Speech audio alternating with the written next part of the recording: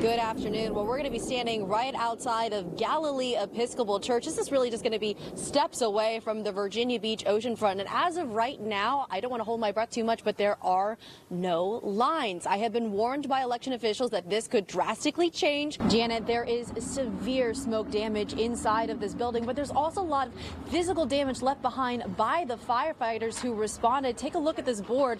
This board was not here just a few hours ago. This normally bustling area for port activity has come to a complete standstill for the time being because of the protest behind me. I'm actually going to bring in Mr. Derek Perry, who's going to be one of those protesters. Come on in, and we're going to talk about what exactly that you're fighting for here today. I have seen upwards of at least 2 people walking around in nothing but their shorts. No gloves, no nothing. Leaders with Virginia Beach EMS say this is great. They want you to enjoy the beach. They just want you to do it safely.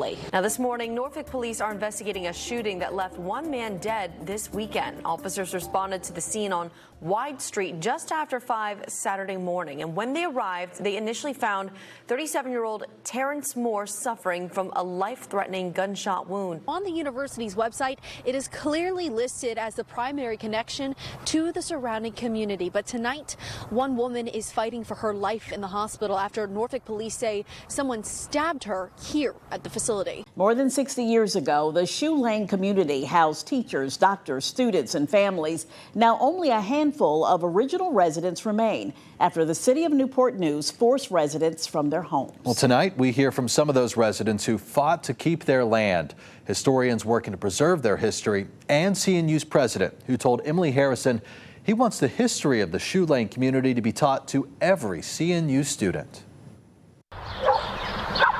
A yellow plaque is all that remains at 72 Shoe Lane. Once the home of William Walker Jr., now it's Walker's Green, a peaceful part of Christopher Newport University with a turbulent history. There's still a lot of bitterness. In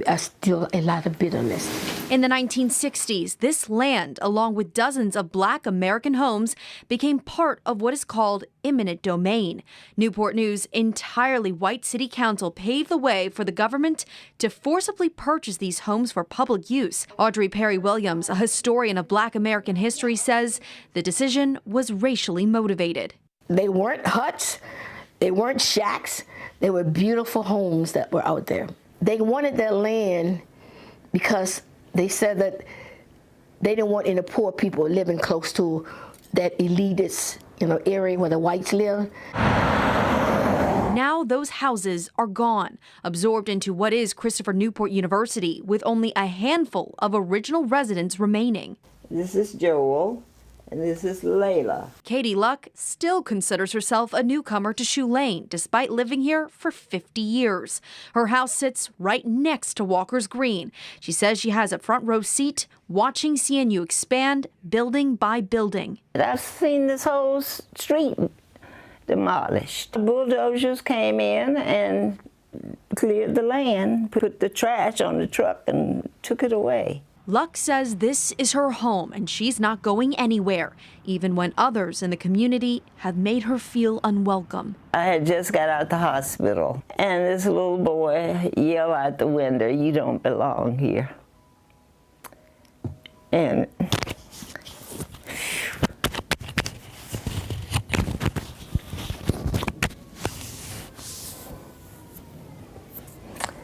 if I had not been sick, I would have got in my car and followed that bus and had words with him.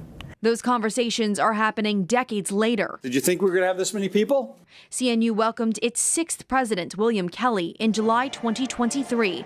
And shortly after, Kelly brought in panelists, including Audrey Perry Williams, to tell the story of Shoe Lane on CNU campus. I look forward to listening and learning myself as a new member of this community, and encourage us all to engage in a productive dialogue that will help us as a city and as a university community. Months later, Kelly says he still stands by those words.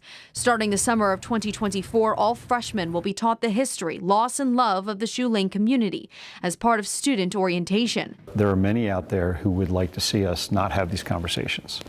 And when you stop having the conversations, you stop having the ability to move forward. We need to move forward as a university. We need to grow, we need to develop, we need to continue to be the most inclusive community that we could possibly be. 1 week after this interview, President Kelly and Newport News Mayor Philip Jones announced a joint task force that will uncover the history of the Shoe Lane community. For those dedicated to preserving their history and homes, it's a step towards the future. I think it's a beginning of the story that is going to be accurately told. What happened and how did it affect people? How did it affect families? And I think that's important. Emily Harrison, 13 News Now.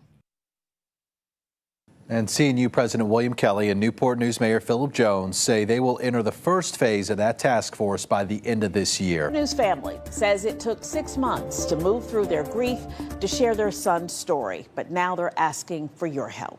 Brian and Amanda Mosley say they found their 19-year-old son, Nasir Mosley, dead in a lake after someone shot him. After months of no answers, they are now raising their own reward money to help get closure. Emily Harrison has more on their story. You get so used to your kids walking in the door, doing their regular routine, messing up, not taking out the garbage. It's quiet in here now. It's just quiet without Nas. Brian and Amanda Mosley say 19-year-old Nasir Mosley loved his family as much as they loved him. It's why Nasir downloaded an app to their phones to alert them if he ever got into a car crash. The Mosley say they received that notification just after 10 on July 15th. He immediately woke me up and said, "Khalid, I just got this ping. What does it mean?" And we immediately put our clothes on and we went to the area of the crash site. The Mosley say they drove so fast to Atlantic Avenue in Hampton, they were the first to discover their son's body and car crashed into a lake. Mother should never have to find a child dead. I had my wife call the police, and then when the officer came, he followed me back there. Hampton police investigators say someone shot and killed Nasir as he drove in Hampton, causing him to lose control of the car and crash into the marsh. Despite calling every 60 days for an update, the Mosley say there's been no real leads or update to find out why this happened. It's why they raise a $5,000 reward with their own money to urge anyone to come forward. Please come forward. I need some closure. I will get justice for you. That's right. Until I take my last breath. I promise, baby. As part of their mission to get some answers, the Mosleys say they started their own advocacy group and nonprofit called Moms Hurting Around the World. They say they want to meet with other heartbroken parents who have lost their loved ones because of gun violence. In Hampton, I'm Emily Harrison, 13 News Now.